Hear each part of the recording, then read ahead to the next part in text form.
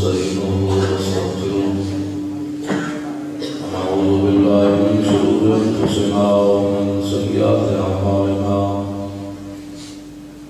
من يهده الله فلا مضل له ومن يضلل فلا هادي له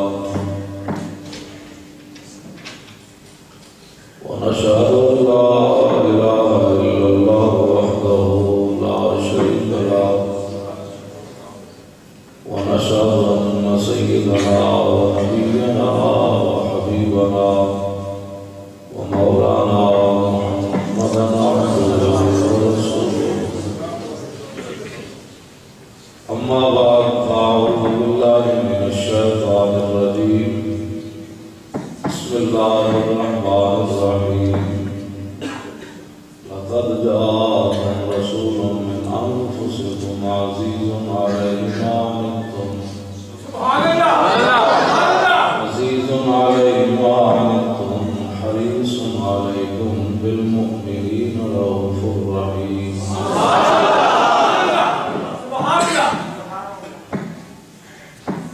صدق الله العظيم وصدق رسوله النبي الكريم الرحيم إن الله وملائكته يصلون على النبي يا أيها الذين آمنوا صلوا عليه وسلموا تسليما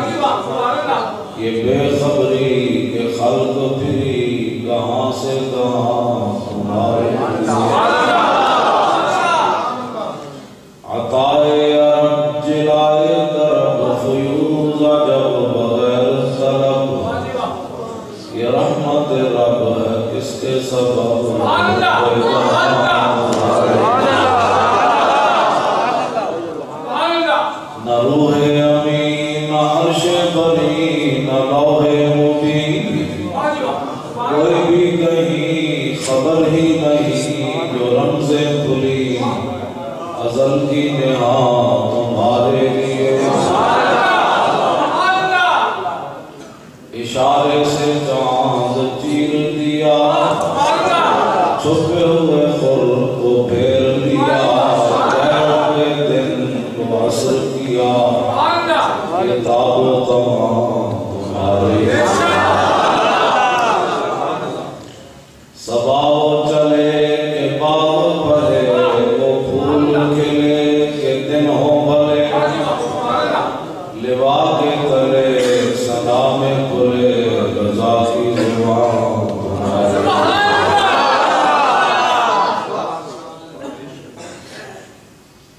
حضرات ذی وقار سامعین محترم،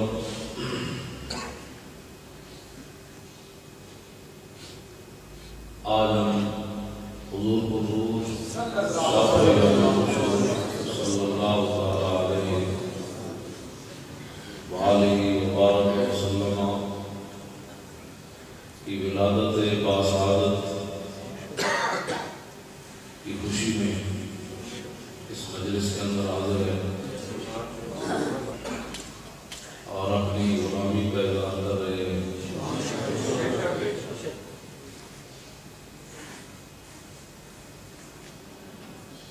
کوئی یہ نہیں کہ زیادہ ہی کوئی امیر آدمی ہو یا کوئی زیادہ ہی علم والا ہو، کوئی زیادہ ہی رتبے والا ہو، یا کوئی بڑا پیر ہو یا بڑا مولوی ہو یا سرمایہ دار ہو یا عہدے دار ہو، حضور کے ہر غلام کو اپنی حیثیت کے مطابق حضور کی آمد پر خوشی کا اعلان کرنا چاہیے۔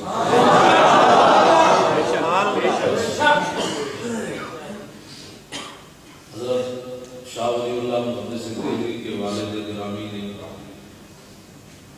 ایک سال کچھ بھی نہیں تھا، بڑے دھوم دھام سے میلاد مناتے تھے، اور کچھ بھی نہیں تھا تو چنے سامنے رکھ کر میلاد منایا۔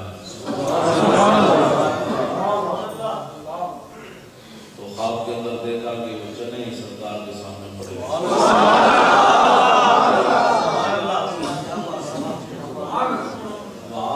دل دیکھے جاتے ہیں، وہاں اظہار محبت دیکھا جاتا ہے،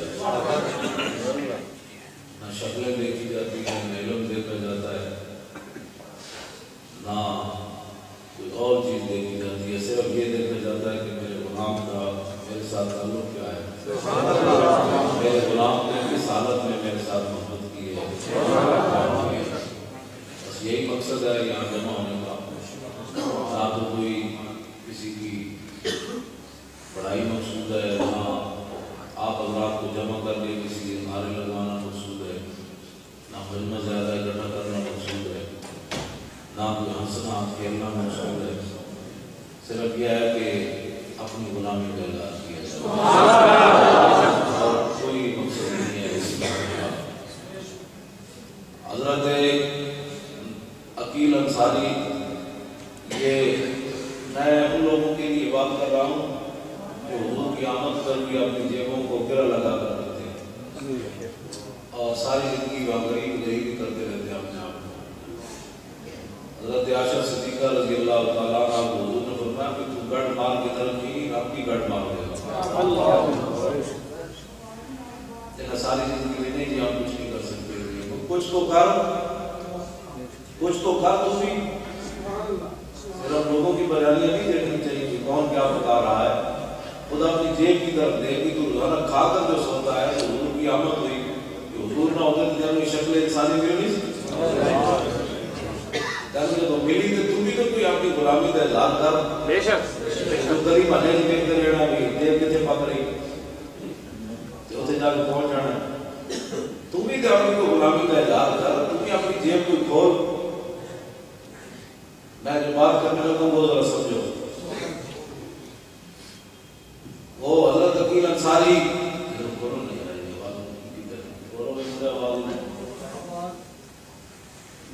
میرا گلا بٹوانا ہے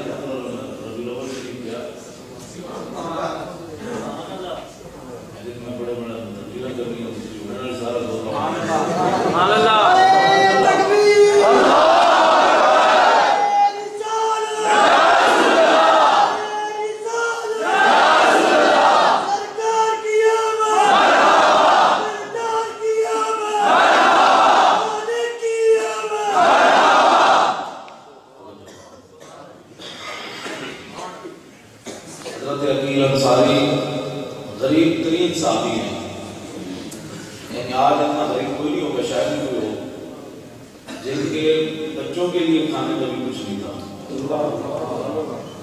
اور نبی علیہ السلام نے اعلان کر دیا کہ بھائی غزوہ تبوک کے لیے فنڈ جمع کراؤ، پیسے دیں۔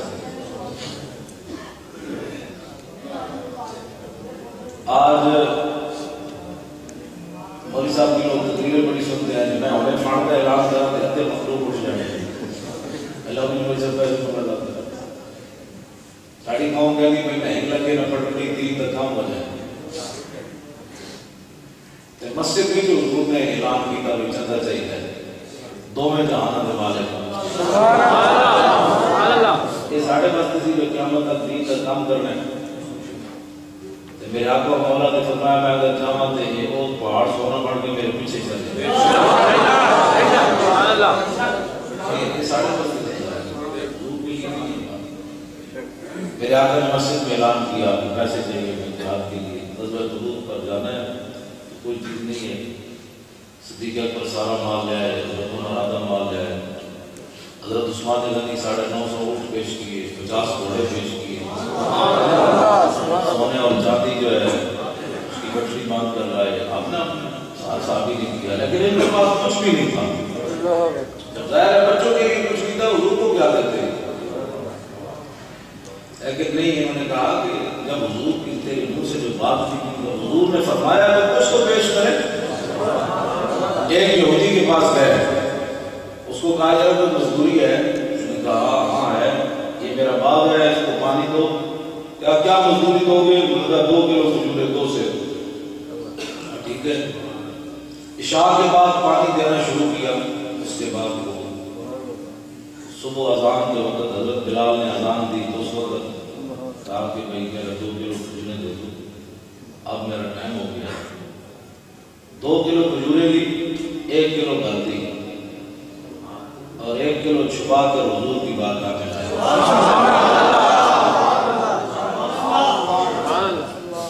چھپا کر لائے بھی۔ اب صدیق اکبر کا اتنا مال پڑا ہے، حضرت عمر کا پڑا ہے، تو عثمان غنی کا، تو اب 1 کلو کھجور کی کیا بات میں کس طرح حضور کو کہوں گے؟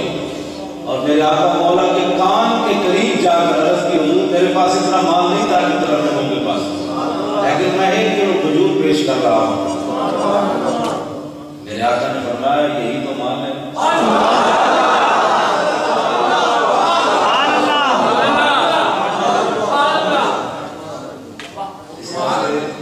اور میرے آقا نے جو ارشاد فرمایا نا صحابہ کو اس کی تو مثال ہی کوئی نہیں، فرمایا یہ جتنا مال پڑا ہے، یہ جتنا مال پڑا ہے یہ سارا کا سارا اس کے اوپر میرے اس غلام کی 2 کھجوریں رکھ دو۔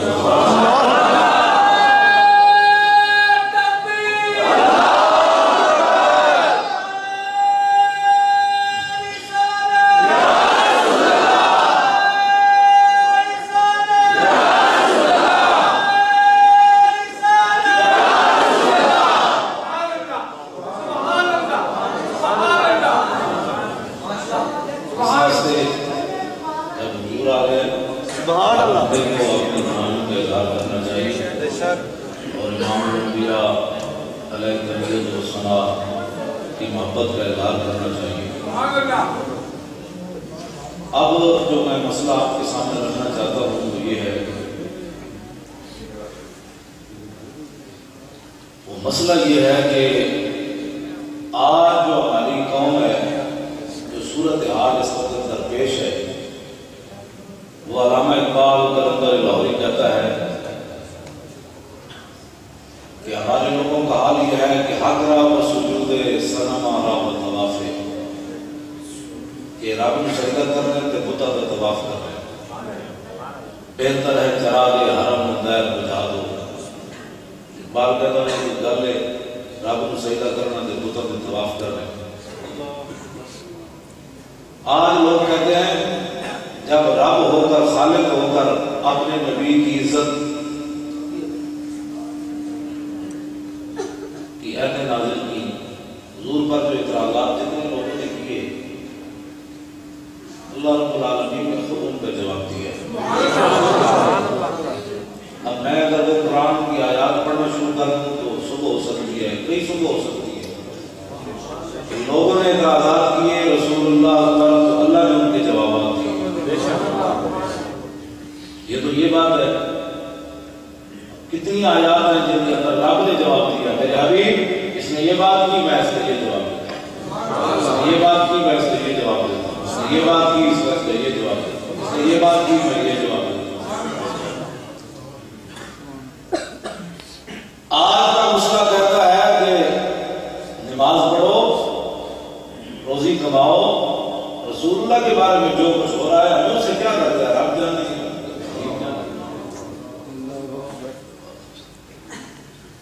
اور دوسرا کوئی اٹھتا ہے ساری زندگی حضور کے نام پر کھاتا رہا ہے اور وہ ریاست بچانے آیا، ناموس رسالت پر بات نہیں کرتا. اب یہ عالمی میلاد تو وہ چندے کے لیے کر رہا ہے. میلاد جو کر رہا ہے وہ تو چندے کے لیے. اگر تجھے نبی کی ناموس کی بات عزیز ہوتی تو پاکستان ریاست بچانے کے لیے نہ آتا، پر یہ کہتا کہ میں نبی کی ناموس پر پہرا دینے کے لیے آتا.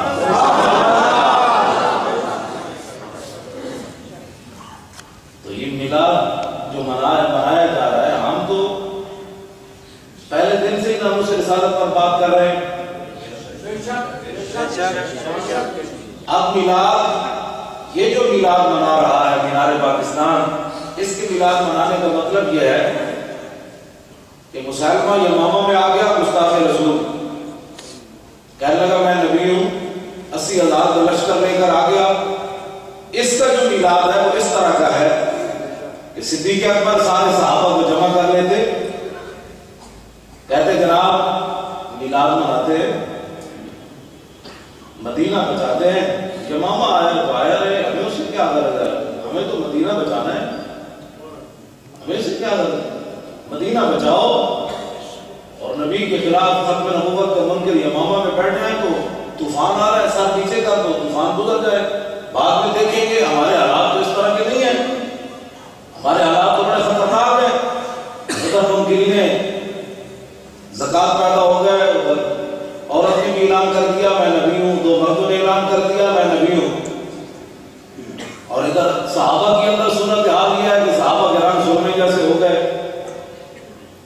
صورت حال بڑی خوفناک. اور صدیق اکبر کہتے تھے چھوڑو یار، ہم نے تو مدینہ بچانا ہے، باہر کے حالات کا ہمیں کیا پتا، چھوڑو اس باتوں کو، مدینہ بچاؤ، ریاست بچاؤ. اب یہ شخص کتنا منحوس اور خبیث ہے.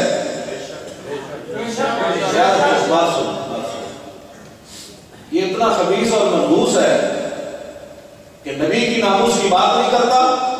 اور یہ بات صحابہ کو سمجھ نہیں آئی.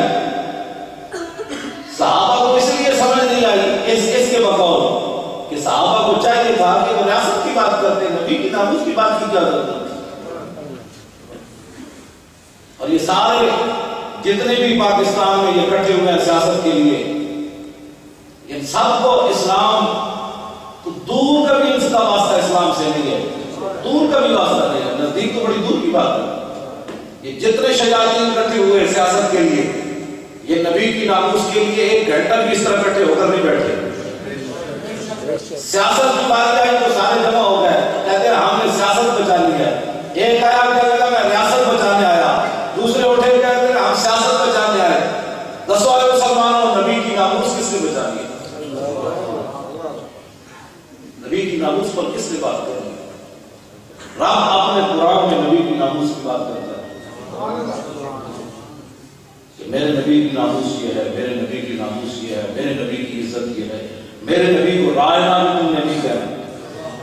تو معمولی لفظ ہے رائنا، اس کا لفظی معنی تو ہے ہماری رعایت کیجیے، لیکن قرآن کہتا ہے کہ وہ زبان ٹیڑھی کر کے کہتے تھے کہ جناب راعینا. اس کا مطلب یہ تھا کہ بکریاں چرانے والے. تو وہ رسول اللہ کے بارے میں یہ کہتے تھے کہ راعینا، آپس میں ایک دوسرے کے ساتھ کھڑے ہو کر سنا بھائی راعینا تیرا کیا. تو ساتھ میں تو آپ نے سنا، آپ نے فرمایا یا اللہ لعنت اللہ علیکم. آپ یہودیوں کی بیان سمجھ لیتے ہیں ان کی بولی. جب آپ نے یہودیوں کو آپس میں یہ کہتے ہوئے سنا ہے تیرا